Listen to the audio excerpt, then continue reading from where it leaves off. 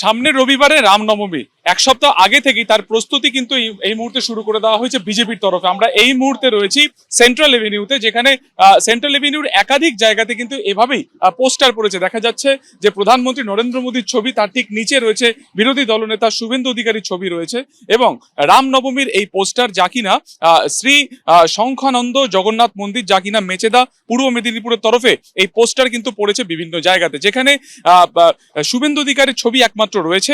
এবং এই ধরনের পোস্টারই কিন্তু উত্তর কলকাতাতে ধর্মতলা থেকে শুরু করে শ্যামবাজারে, পাঁচমাথা মোড়ে বিভিন্ন জায়গাতে এভাবেই কিন্তু পোস্টার পড়েছে।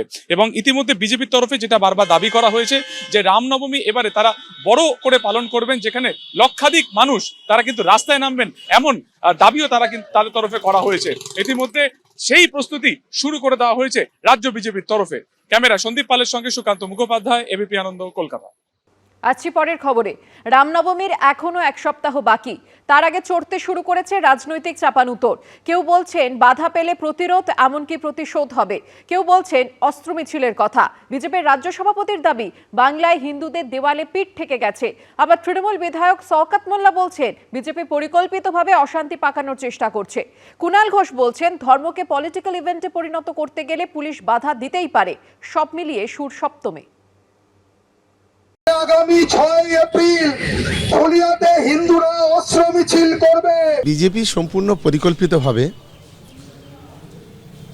সাম্প্রদায়িক উস্কানি দেওয়ার চেষ্টা করছে।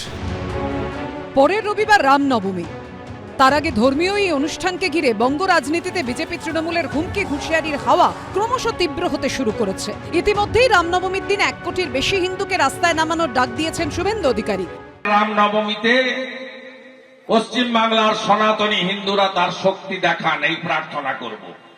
ঘরে থাকবেন না, রাস্তায় নামুন, জয় শ্রীরামের ধ্বনি উঠুন।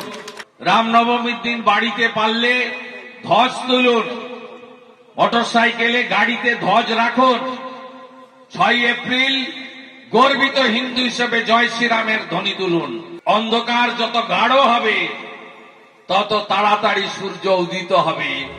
পাশাপাশি রামনবমীর মিছিলে 43টি জায়গায় হামলার আশঙ্কা করেছে শ্রীরামনবমী উদযাপন সমিতি। এই আবহে হামলা হলে প্রতিশোধের ডাক দিলেন ফালাকাটার বিজেপি বিধায়ক। আইন শৃঙ্খলা ব্যাহত হওয়ার কোনো প্রশ্নই নেই যদি অন্য কেউ অযাচিতভাবে রামনবমীর মিছিলের উপরে আক্রমণ না করে। নিঃসন্দেহে আমরা প্রতিহত করব। প্রথম কথা, আমার নিজেকে রক্ষা করতে হবে, আত্মরক্ষা করতে হবে।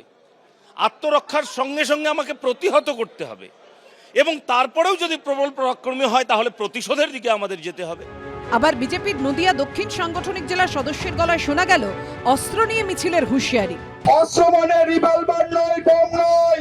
আমাদের মা দুর্গার হাতে যে অস্ত্র থাকে, দশভুজা মা দুর্গা, আমাদের দেব দেবীদের হাতে যে ত্রিশূল থাকে, খাড়া থাকে, তাই নিয়ে মিছিল হবে।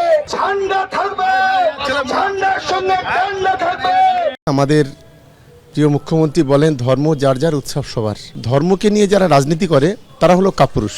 এবং এবারেও আমাকে ওরা ইনভাইট করেছে যে এই মিটিংয়ে, এই মিছিলে অংশগ্রহণ করার জন্য। উপস্থিত থাকলে আমি চেষ্টা করব। আরএসএস এর ছাত্র সংগঠন এবিভিপি আবার যাদবপুর বিশ্ববিদ্যালয়ের ক্যাম্পাসের ভেতরে রামনবমী পালনের হুঁশিয়ারি দিচ্ছে। আমরা প্রত্যাশা রাখি যাদবপুরেও রামনবমী আমরা করব। রামনবমী করার জন্য আমরা প্রচেষ্টা করছি এবং ক্যাম্পাসের ভেতরেই রামনবমী হবে। যদি কারো মনে হয় সেক্ষেত্রে আটকে দেখাবে, বাধা আসলে প্রতিহত হবে। রামনবমীর দিনে বাধা পেলে থানা ঘেরাওয়ের হুঁশিয়ারি দিয়েছিল বিজেপি। এদিন তা নিয়ে বিজেপির রাজ্য সভাপতির গলায় শোনা গেল প্রত্যাঘাতের সুর। হিন্দু সমাজ অত্যাচারিত হতে হতে বাংলায় দেয়ালে পিঠ ঠেকে গেছে। আমার মনে হয় হিন্দুদের রিটালিয়েট করা, অর্থাৎ প্রত্যাঘাত করার সময় এসে গেছে। না হলে আগামী দিনে হিন্দুদের অস্তিত্বই পশ্চিমবঙ্গে বাঁচানো মুশকিল হয়ে যাবে। হিন্দু সমাজ হাজার হাজার বছর ধরে রামনবমী বা তাদের অন্যান্য ধর্মীয় অনুষ্ঠান করে আসছে। তাতে বাধার সম্মুখীন হলে হিন্দু সমাজ নিজের রাস্তা খুঁজে নেয় এবং বিজেপির সাথে থাকবে। জেনে শুনে যদি এমন কিছু জায়গায় গিয়ে এমন কিছু স্লোগান, এমন কিছু অঙ্গভঙ্গি, এমন কিছু প্রদর্শন করা হয় যেটা এই সামাজিক কাঠামোয় উচিত নয়, তো সেখানে তো পুলিশ প্রশাসন মনে করলে বাধা দিতেই পারে।